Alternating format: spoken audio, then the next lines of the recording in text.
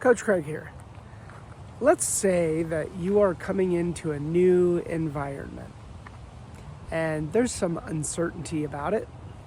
You don't know what to expect. There's ambiguity and uncertainty. Two elements of VUCA: volatility, uncertainty, complexity, and ambiguity.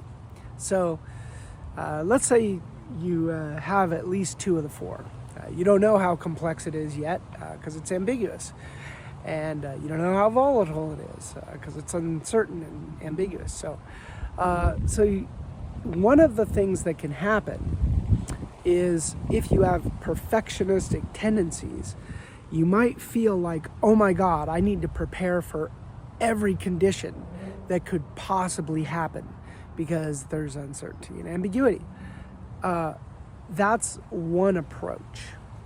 It creates a tremendous amount of hypervigilance. It creates a tremendous amount of distress, I should say.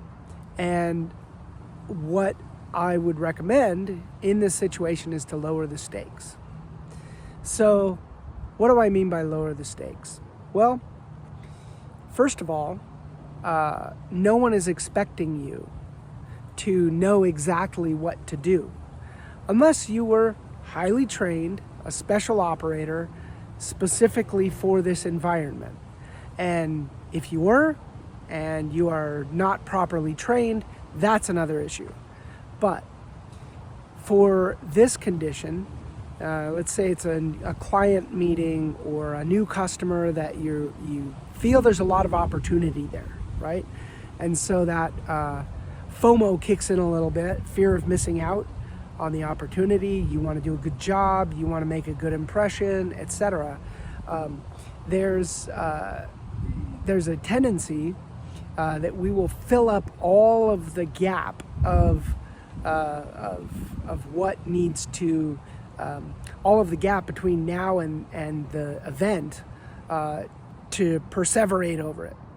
And if we lower the stakes, then what we're first going to do is we're going to say, okay, well, let's look at my capabilities. Let's look at my past. Let's walk into the past for a moment and just see all of the skills and all of the capabilities that I have developed over the course of my career or my entrepreneurial life or whatever.